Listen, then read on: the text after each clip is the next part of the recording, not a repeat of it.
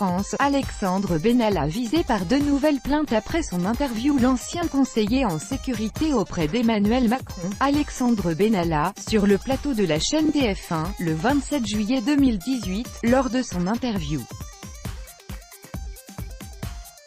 AFP, TF1, une affaire d'été pas une affaire d'État, ce sont les mots d'Alexandre Benalla, qui s'est exprimé sur TF1.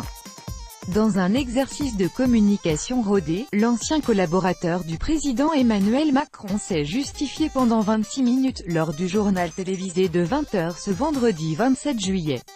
Il s'agit pour lui d'une histoire banale, de droit commun. Quelques heures après l'enregistrement de l'interview, vendredi en matinée, on a appris que de nouvelles plaintes visent désormais Alexandre Benalla.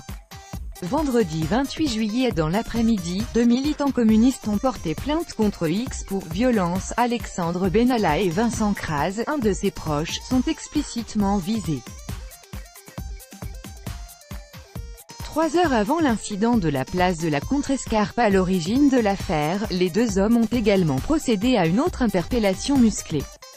Cela s'est passé dans le jardin des plantes. Une jeune femme, qui fait partie d'un groupe de militants, filme leur parcours.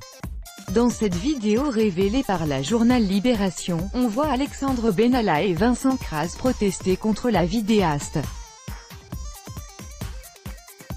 La jeune militante est ceinturée à la taille, d'après son récit, puis plaquée contre un arbre, alors que filmer dans la rue ou en lieu public n'a rien d'illégal. Dans la première affaire, la plus connue, les deux jeunes de la place de la Contrescarpe, eux, n'ont pas porté plainte, mais se sont constitués partie civile.